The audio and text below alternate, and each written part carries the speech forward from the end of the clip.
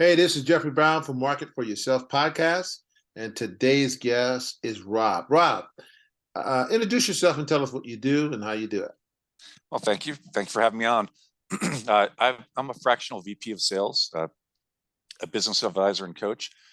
A fractional VP of sales, fractional CFOs have been around for decades and people are used to it. So if a company wants to grow their sales, they'll usually hire a VP of sales to run it. Most small businesses don't need a full-time VP of sales. I've been a full-time VP of sales. It's not a full-time job anymore, but I can come in there for one, half a day or something like that. Make sure that look at your CRM system, look at what your salespeople are doing, and make sure that everything is following a sales process that's getting the same high-end results and increasing your sales. Cool. So, how did you get involved with get to where you are today? How did that happen? I've been doing it before I even knew what a fractional VP of sales was. I got to the top of my profession before I was 40. I'm going to date myself here. I started my career selling classified advertising. That's when newspapers relied on classified ads to make money. And I went up through the publishing industry rather quickly, got to the top of my profession before I was 40 as publisher of a satire publication called The Onion here in Los Angeles. And then I was like, this is the top. This is where I'm supposed to be happy. I'm like, this isn't it. And I was like, what do I truly enjoy doing? And I enjoy making other businesses and people more successful. So instead of going in one business at a time, I can help multiple businesses make sure that they optimize their sales process, make sure that all their salespeople are following the same process to get the same high-end results. And for the past few years, people kept coming up to me and say, "Do you coach?" I'm like, "No, I'm not a business coach." "Do you coach?" I'm like, "No." And then finally, 3 people in 1 week said, "Are you a coach?" I'm like, maybe I should look into this coaching thing. And so I found a platform that I liked, but they had some good tools on it, but it wasn't really a good fit. Then I ran across a company called Catapult. And the founder, Peter Fuller, did a presentation for me. And I'm like, I was amazed that Catapult itself, every business on the face of the earth should be on Catapult with, because you go in there, you put your 3-year goals of what you want, your personal goals as well as your professional goals. And basically it builds all the KPIs you need to do to accomplish those goals. It attaches action items to it and dates to it. It's like EOS if your audience is familiar with EOS, but it's like a more advanced version of it. And I've been working with him for a while now, and we're bringing coaches on. So I'm looking for business. If anyone wants to be a business coach and you have business experience, let me know. Or any companies that are looking to grow their sales and just need help in the sales capacity. That's what I do. Cool. So let's talk about that particular process that you actually go through. I know you were talking about we're going to do that today. So let's kind of give them an overview of what's happening. Well, the first thing that Jeffrey that I do is I sit down and make sure that their value proposition's on point. Most of the time, it's all about messaging. And if you're not leading with the right messaging, you're leaving money on the table. I took an insurance inspection company from a regional company to a national company, grown 400% over 8 years. Father-son team, they had the best product in the industry. They seriously did. They were just like, it was beyond anything else that was out there. And I sat down with them. I'm like, why should people do business with you? And they're like, we have the best time, service, and quality. Time, service, and quality. Like, okay. I went out to their 3 best clients, sat down with them, like, listen, insurance inspection companies, dime a dozen. Why do you work with these guys? They all said the same thing, Jeffrey. Like, in this industry, insurance, there's always going to be problems. And when there are problems, we know we can call or email them. They'll find out what happened, who's involved, and how to make sure it doesn't happen again, and get back to us within 24 to 48 hours. I was like, oh, like, that sounds like good customer service and communication. They're like, yep, they do it. Not a lot of other people do. I was like, what about time, service, and quality? Jeffrey Dale said the same thing. If you're not doing time, service, and quality, you're not working in this industry. So we changed the value proposition from time, service, and quality that all the other inspection companies were beating their chest about to, hey, we have the best customer service and communication. When there are problems, and they're going to be, we'll be part of your team. We'll make it a non-issue as quickly as possible. That next year, they grew 26%. Year after that, 63, because we're speaking to the market in the market's voice. Yeah, I think you're speaking to the customer that they understand what their real problem is. So I think it's, in my mind, it's always problem unaware or problem aware. So if you're talking to a person who's aware of their problem, you're going to have better success. Yeah. You're talking to people who are unaware of their problem, they're like, they got to think about it or they got to figure out what's going on. And I think that's what you were talking about, the value proposition. I think you figured out, like, here's what they're concerned with. Well, and it especially runs rampant in the tech industry, and because I worked with a company that did marketing for orthodontists. They built websites and the whole 9 yards, a lot of tech stuff. They had this deck that was 20 pages deep, jam full of information. They flew into town to meet with me. I sat down with them. I looked at the deck. I looked at them. I said, I'm not going to read this. They're like, what? I said, you're paying me. And I'm not going to read this.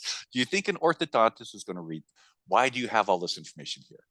And they're like, it's everything they need to know to make a decision. And I was like, no, it's everything you want to tell them to dazzle them with your brilliance and how much work you do and all the labor and work. They don't care. They don't. So we did that. We went out to their clients. We sat down, asked them why they worked with us.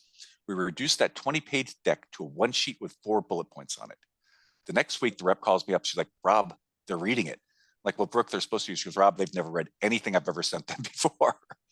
Right. Yeah. So it's just about the messaging, simplifying it and speaking in your customer's voice. Yeah. And that's hard for people to wrap their head around because they're trying to show how much value the product has or how much how great the product is. When it's not about the product, it's actually about the client's problem. What they see as the problem. Yep. That's it. If you can solve their problems, you can make their life easier. They'll be a client for life, and they'll remember that you took care of them. And that's the whole thing. Is when I when I coach sales teams, I always sit there and say, sales is not about you; it's about them. And as soon as you understand that, you'll become a much better salesperson.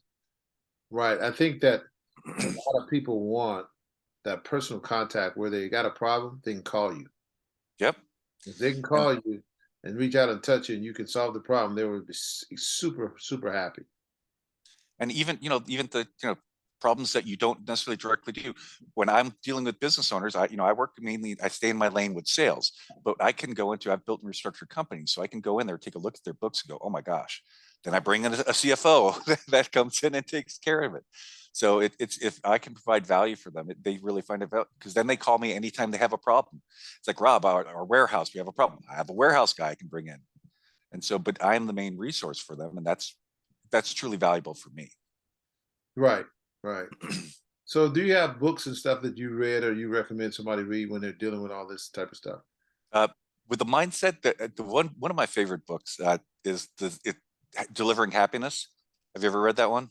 No. It's the book about Zappos, and basically, Oh, okay. and really what they did, their customer service department, if someone would call them at 10 at night, they'd pick up and say, hey, I'm looking for a pizza place. They would go online and look up a pizza place in their area.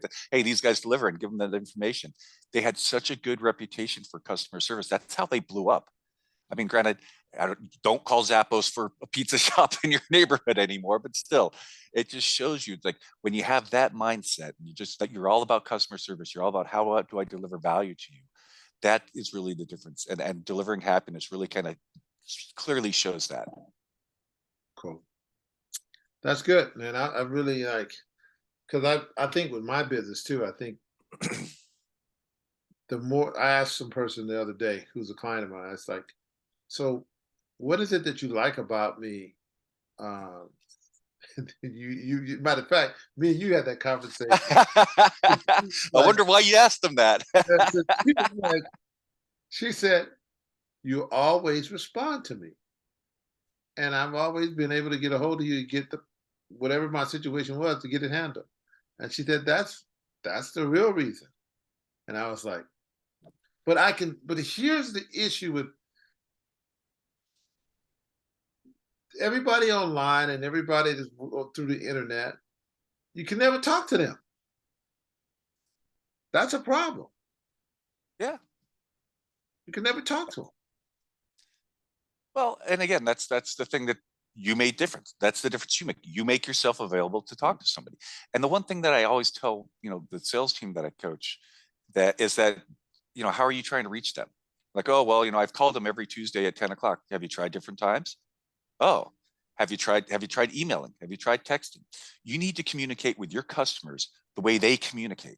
It doesn't matter how you like to communicate. If you like phone, I love phone calls. I'm an old school sales guy. I love phone calls. I love going knocking on doors. But if they don't respond that way, if they only respond to email or text or instant messaging, I had to adapt to that. Right. And I best explain it this way. It's like, if you're, Spanish and you're in Spain and you're talking to somebody in China, you can't speak Spanish, you have to speak Chinese. And if you Right. don't understand how to do that, then that's where you start. And as soon as that people can understand that, as soon as business owners can understand, how do I speak to my customers in a way, in a means that they communicate? Called style flexing. That's what we call it. You have to change your style for that, so it's cool about that. But hey, Rob, is there anything on this podcast that you wished I've asked you I haven't asked? uh, Off the top of my head, I can't really think of anything right now. I know I had something a Tell them, while. tell people how to get a hold of you. And I know Okay. Catapult is one of your things that you're really into. Yeah, one of my clients. Right. But yeah, LinkedIn's probably the easiest way to get in touch with me. If you type Rob Bedelle in LinkedIn, I pop up really quickly. And that's I'm on there daily. Once you connect with me, you'll have my phone number, my email, everything connected on there as well. So that's So, probably the easiest way. so if there are people that are watching this that are interested in being a salesperson, or you can accommodate those type of things, or I coach. tell you what, there is one thing that I guess you could ask me. Because a lot of business owners don't understand sales. Okay.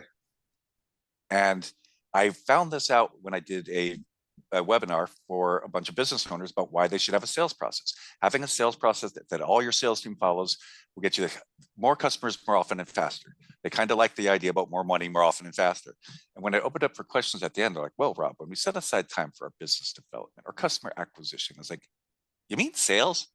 Jeffrey, you could hear them groan. And I was like, wait, stop. Sales is a lifeblood. What do you think sales is? And they're like, it's influencing, it's controlling the conversation. I was okay. Like, something, Zig Ziglar, Dale Carnegie, giant among people to this day, but you took part of their message and you distorted it in a way that it wasn't meant to be distorted.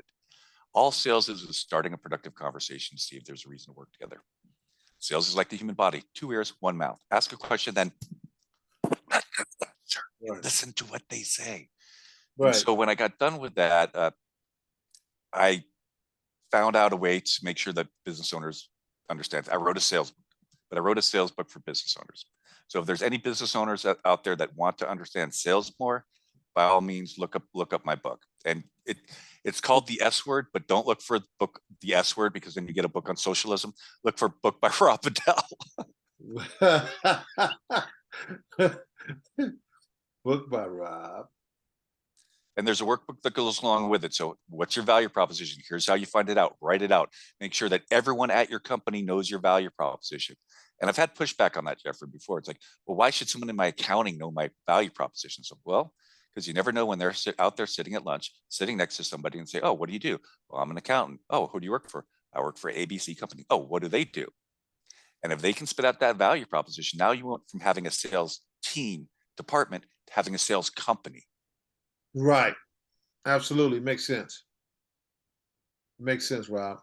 Well, I really appreciate you coming on, Rob, and talking about it, because I didn't even know you had the book. I'm glad you mentioned it. I forget I have it sometimes too. People, and the funny thing about it too, Jeffrey, is people read this and they contact me like, I know this, I knew this, I knew. I'm like, great, now apply it. They're like, oh, like, Where yes, can where can they get the book? Is it on Amazon? it's on Amazon, yeah. Okay. And yeah, you can go on there. And again, the workbook that goes along with it, highly recommend getting both of them. It's very affordable. I made it that way on purpose because I know and it's easy to get through. It's in common tongue. It's not in a language you wouldn't understand. Right. Is it on Audible also? Yep. Okay, Yep. cool. And a lot of the stuff, like I said, a lot of stuff people go, I knew this. I have a saying throughout the book. It's common. What I talk about, it's not rocket science. It's common sense.